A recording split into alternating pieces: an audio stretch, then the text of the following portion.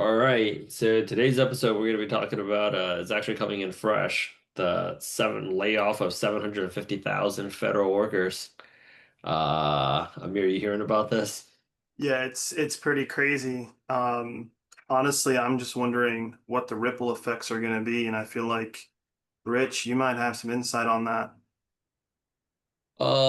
Initially, I mean 750,000. So politically speaking, they're kind of ch the guy they're chalking this up as like, well, the Democrats don't want to go out there and play ball, and that's why we're going to go ahead and do these layoffs.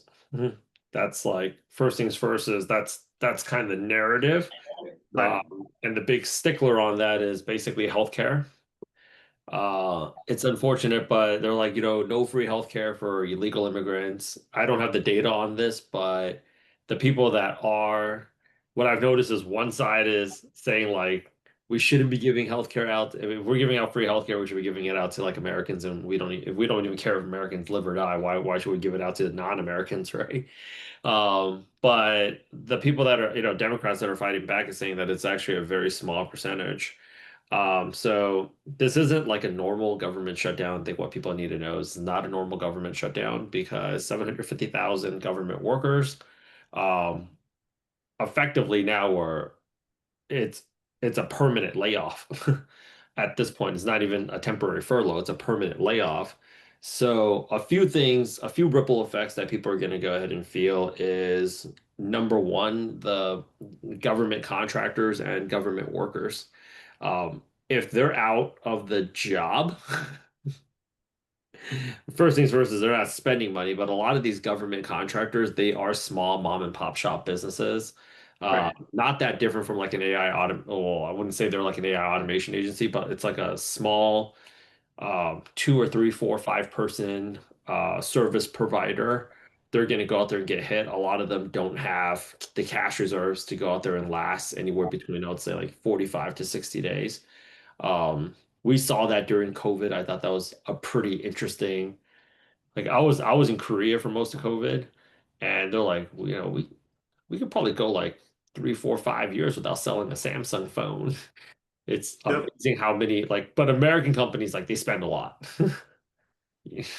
So you're gonna see that hit basically over there. I don't have the hard metrics on this, but anywhere between 15% of the mortgages that are being funded are from government agencies like USDA, FHA. Since it's originating from the government, you can expect that's going out the window. So in very government worker heavy areas like DC, Maryland, Virginia, that whole area that surrounds like the CIA, like they employ like a lot of people. Like I think some guy actually built out this app where anytime there's like an increase in pizza deliveries by the Pentagon, that means something's going down. Like you're talking about a lot of people, and they do spend money in those neighborhoods, bars, restaurants, all that. Like that, if they're not going to work, those businesses are also going to be taking a hit, right? Down to the guy that's like selling like the newspaper, like the freaking hot dog cart, gone. Every one public sector job that gets taken away, I remember this in recruiting, close to two private sector jobs get taken away as a result of these people not spending.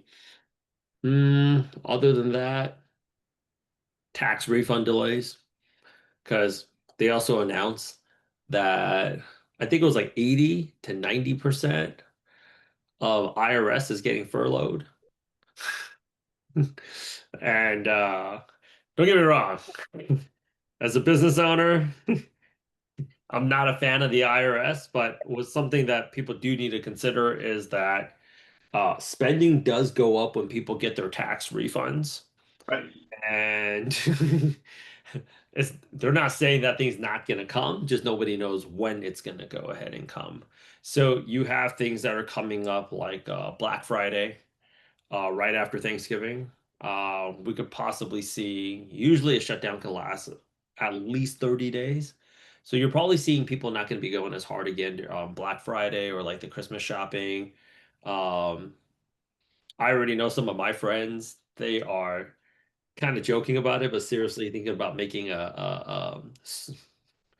putting together like their kids' Halloween costumes instead of buying it this year. Yep. Different decision making patterns. And what I would say is like this is not the first time we're seeing this, unfortunately, in our lifetimes, right? So you mentioned it earlier. Very similar things happened during COVID. And I think we're still feeling the effects of things that have happened in COVID.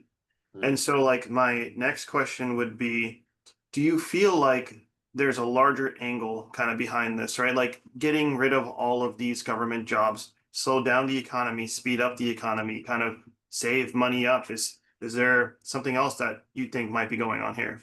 Well, regardless of what's going on, I can't say to one way or another, but how people can go out there and protect themselves. Obviously, we run an AI school here is I don't want to say generally just learn AI, but let's take a look at where AI is going to be most invested in. Uh, in a down market like this, you still Yep. have industries such as like real estate sales or car sales, solar sales. Any sales racket is going to have to triple to quadruple their sales activity. So, we're currently right now flushing out towards the final end of. I've been sending you a lot of stuff about 11 Labs. Yep. You simply cannot have enough people on the phone to cover that amount of volume enthusiastically. So every time there is an economic downturn, how real estate agents basically weather the storm is they show more properties, they do more calls. Not unlike the 2008 recession, when people were Hmm. applying to jobs out there, you basically have to put out, and I think in the tech workforce is feeling it, and they've never had to feel it before because tech was on this freaking to the moon trajectory for over a decade and a half is you got to go out there and put out like anywhere between I'd say at the very minimum three, four, five times more applications. So anything that's going to be able, this is actually where our agentic AI certification really comes in handy because all that effort now is has to be force multiplied. Yep. So the number one area that companies are going to be looking to go out there and get scale is, and also why NVIDIA put so much money behind, and why they chose 11 Labs, and they're backing them as a horse is you're going to see call volume shoot up through the roof, Yep. and you're going to have because it's like if you talk to enough people, it'll go out there and convert, but it comes down to how many soldiers do you have on the ground and how much energy do they have. Like I know for a fact, our admissions team, if they talk to, if they, it's really hard to find somebody that knows like product management, cybersecurity, tech sales, and then HVAC, right? But if I put them on 100 calls, they're closing some, they're enrolling somebody. Yep. So it comes down to how much call volume can you close. Um, a voice agent would be the one thing that people should learn how to build because every company's going to want that. They already do. And voice agents may not be able to sell and close transactions right now. Like, hopefully, I don't want to feel like a dinosaur, but people have watched like movies like Boiler Room, right? Where they used to have, and this is a uniquely East Coast New York thing, where they have like a bunch of young guys on commission only saying, like Recco. Like Yeah. I used to do that too when I was working at a staffing agency. There's only two questions. You cold call all day and you only have two questions where you need to ask them is like, Amir, is there a role that's officially open and it has the budget been approved? And does the Yep. role report to you? And I'd just scream out, hiring manager. And then I'd run over to that kid and be like, all right, so you're just dialing until you get the head or director of product at like a Spotify or Airbnb. That's the actual hiring manager. We got a role open to have a budget approved. Okay, yeah. So you guys are looking for somebody to go out there and minimize onboarding time. I actually have somebody great coming down literally 3 blocks away from the office. His name is da da da da da da da, and you pitch him, and then you go out there and try to book him interviews and clear a commission. Voice agents are not going to be able to close yet. We're probably 3 years away from that. But just being able to help closers set appointments or just get in contact with somebody where they can actually talk to them, that's very, very hot. because people still need that connection to go out there and close. Other than that, anything that can automate lead generation. And all of this is going to be taken care of by agentic AI or AI agents because it's extremely manual, repetitive work. We Yep. scrape up a list for you guys of jobs every single day of hiring managers, right?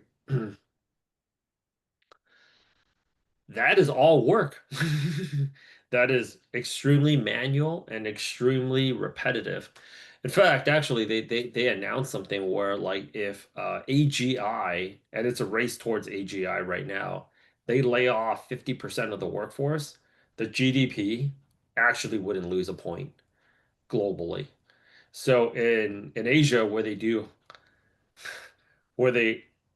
friggin' they do highly manual work because they're old school as shit over there. Um, when they decide to actually fully adopt AI, all those people, um, I would honestly have a hard time subscribing to the theory that Japan will still hire the old guy that does nothing but just sitting there because I was like, those samurai days are over.